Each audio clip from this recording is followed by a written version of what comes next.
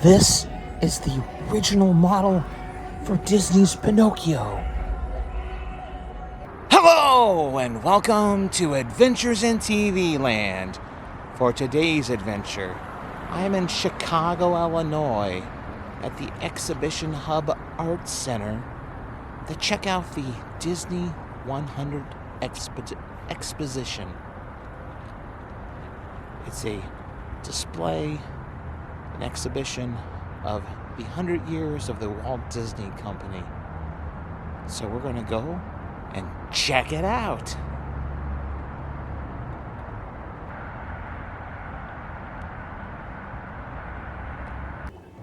All right, they put you in this kind of waiting room because there's a short video that plays, and then you go into another place where there's another video that plays, presentation. But here they have some large blow-up illustrations done by Walt Disney himself. Then after the movies, the first part of the exhibit is the area called Where It All Began. Now I found this really interesting reading here. It says, this is the foundation of Walt Disney Company. It says, everything begins with storytelling. It is the essence of Disney magic. And of course, down at the bottom again, inventing an immersive and storytelling-focused experience for all ages. I think Disney's forgotten that. Here's a megaphone, Walt Disney's megaphone, that he used in Laugh-O-Gram Studios in Kansas City. This is an actual Alice movie poster, Alice's Fishy Story. Very few of the Alice films survive. Here are some family photos of Walt Disney and his family. And here is Walt Disney's personal zoetrope. He had this in his office and had it throughout most of his life. Here are some illustrations of Oswald the Rabbit, the creation that Walt Disney lost control of before he created Mickey Mouse. And here's a telegram, the actual telegram that Walt sent to his brother Roy after a meeting in New York, where he had believed he was going to be making more money and, getting control of the Oswald characters, to find out that one of his business partners and his distributor to the films, Charles Mintz, had betrayed Walt and sold Oswald and everything to Universal Pictures. Here's a story script page from Steamboat Willie. Pretty cool. And the next section of the museum is called Where Do Stories Come From? Here's just kind of a overview, 360 look of this section.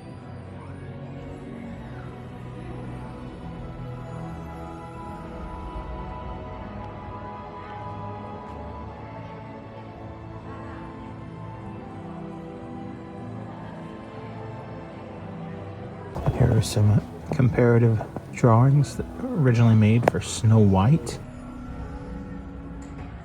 There's the original Snow White and the Seven Dwarfs book. It was used actually in the film. Of course, it was animated. This is the original model for Disney's Pinocchio. This is a Pinocchio costume that was used during the animating of the film. And if you look up here closely, on the type Walt Disney, Hollywood, California. Here is the book from Sleeping Beauty, prop book that opened up and told the story. These are all props that were used in the live action versions with Johnny Depp in Alice in Wonderland and Through the Looking Glass. Here's an illustration of Alice in Wonderland. Sheer animated fantasy is still my first and deepest production impulse. The fable is the best storytelling device ever conceived, and the screen is its medium. Walt Disney. All right, here is a snow globe. This snow globe is the actual snow globe from Mary Poppins. Here's one of the carousel horses seen in Mary Poppins. A lot of people didn't like this movie, but I kind of did. This is Winnie the Pooh from the movie Christopher Robin. And they have a bench here set up where you can take a little load off your feet and relax with Dopey. This is the original sketch of the Beast done by Gil Keane. The next part of the museum is called The Illusion of Life. I have these color palettes here. These are various color palettes for various characters, various animated characters. So like this one, it's Dumbo. So Dumbo is all in those colors. And this one down here, let's take a look at another one. This one is Scrooge McDuck from DuckTales.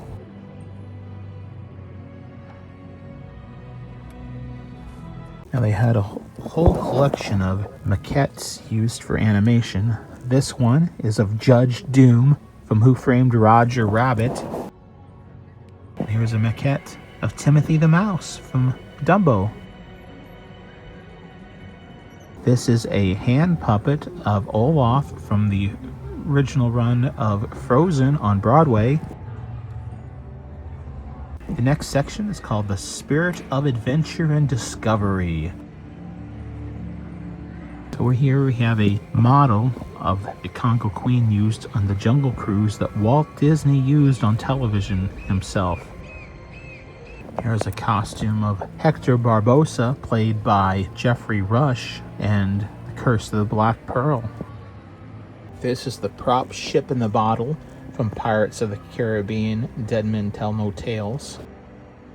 This is Captain Jack Sparrow's compass from Pirates of the Caribbean, The Black Pearl.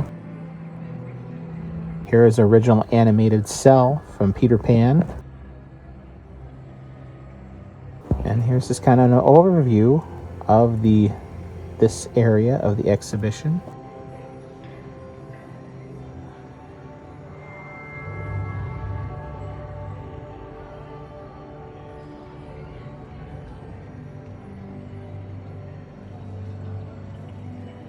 This is the Nautilus from 20,000 Leagues Under the Sea. It is a massive prop. It's beautiful to look at, actually, too. Walt Disney had a fascination with space, and even before the United States was officially in the space race to the moon, he did a series of space-built specials, and this kind of illustrates that.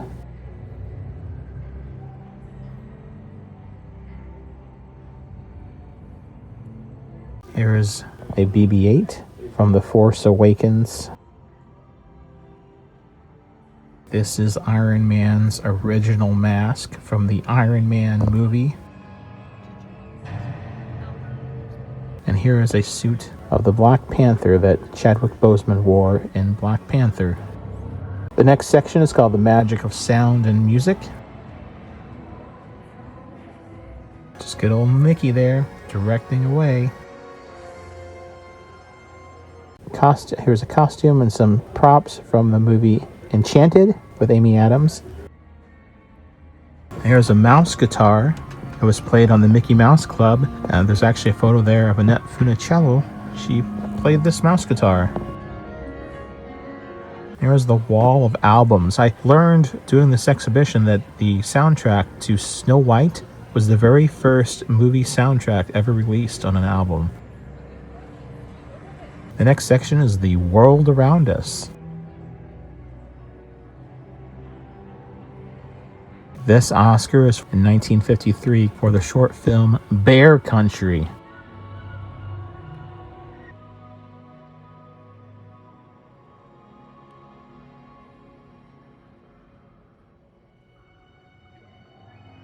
The next section is called Innoventions.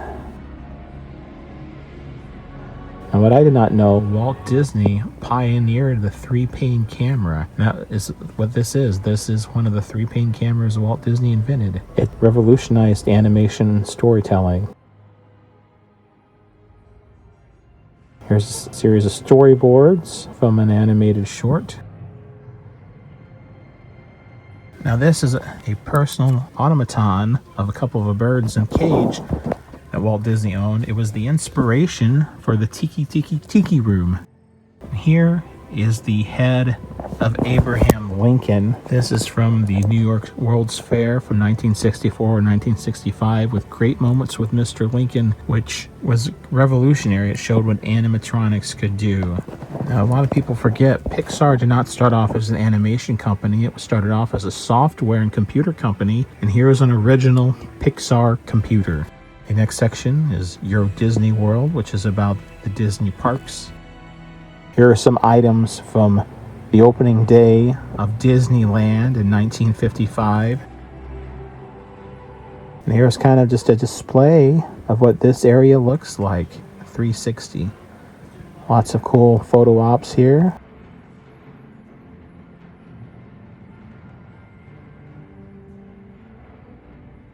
Now this is a engineer Mickey that Walt Disney had with him during the opening day of Disneyland.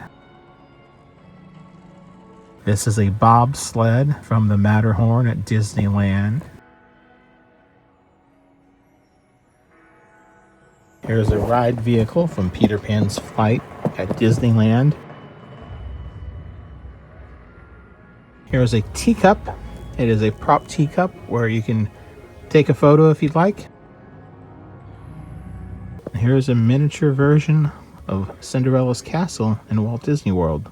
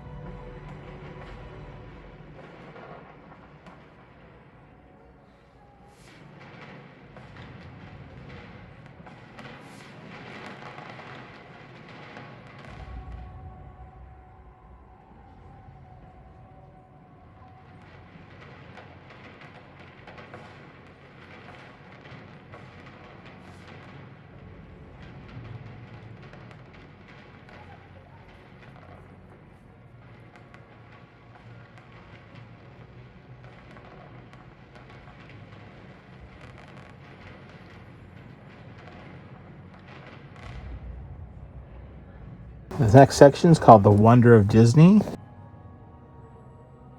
It is my wish to delight all members of the family, young and old, parent and child, in the kind of entertainment my associates and I turn out.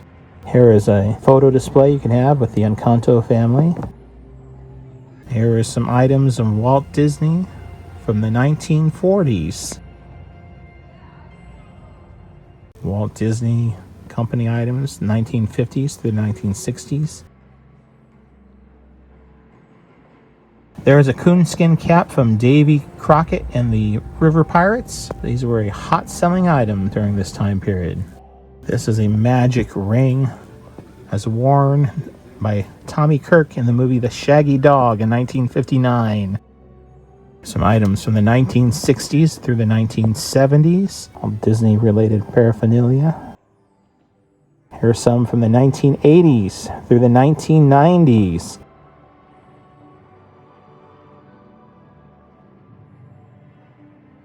particular interest here to me, here is the spell book from Hocus Pocus. And here are some items from Home Improvement. That is a Benford paint stripper can, as well as a hammer and level worn and used by Tim Allen.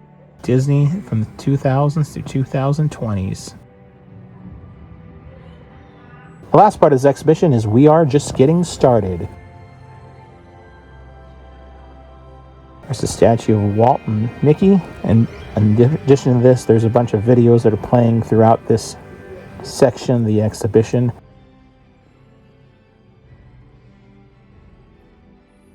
And lastly, we have a lot of story yet to tell. We have a lot of story yet to tell. Of course, this wouldn't be a Disney thing of any sort without a gift shop, and there is a rather large gift shop here at the end.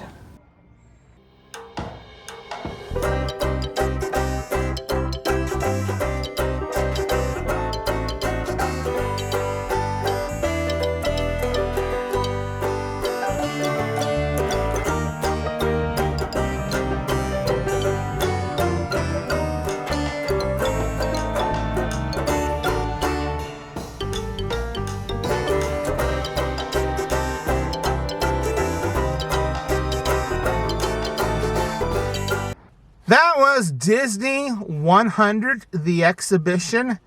Basically an exhibition of the 100 years of the Walt Disney Company. These are my impressions after leaving, the exhibit for right away. I was more impressed than I thought I would be. I mean, I enjoyed it more than I thought I would be. They did have a few more artifacts there than I initially thought they would be there. With that said, however, at the same time, I am a little disappointed. The Walt Disney Company is a company that has been around for 100 years, and I know it's just a very minute and small sampling of the things that they have there, but it would have been really nice to have seen a lot more artifacts there. They said in total there's about 250 pieces that are on display. That includes, illustrations, props from films, and everything like that. There's a few amusement park rides that are on display there as well. There was a history of the Walt Disney Company that was overlooked. There was a lot of history of Walt Disney himself that was overlooked. Now, I am glad they did talk about his time. He was born here in Chicago and lived in Kansas, moved away to Kansas City, eventually came back to Chicago for a little bit. Then he went back to Kansas City and then headed out to California. There's a lot more history, a lot more interesting things that it glosses over. It would have been nice to have a little bit more about his time overseas after World War I in the ambulance corps, different things like that. I mean, there was a brief paragraph, not even a paragraph, a couple sentences about that.